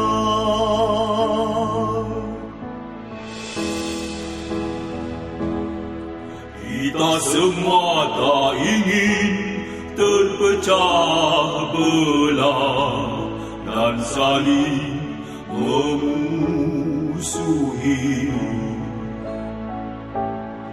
Kita semua ingin bersatu dalam satu keyakinan saja, Bhinneka Tunggal Ika.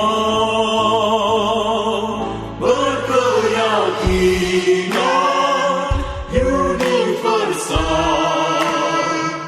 berbahasa universal, dan berketuhanan yang Maha Esa, dan berideologi Pancasila. Berkeyakinan universal, berbahasa universal, dan berketuhanan yang Maha Esa, dan berideologi Pancasila. Dan berideologi Pancasila.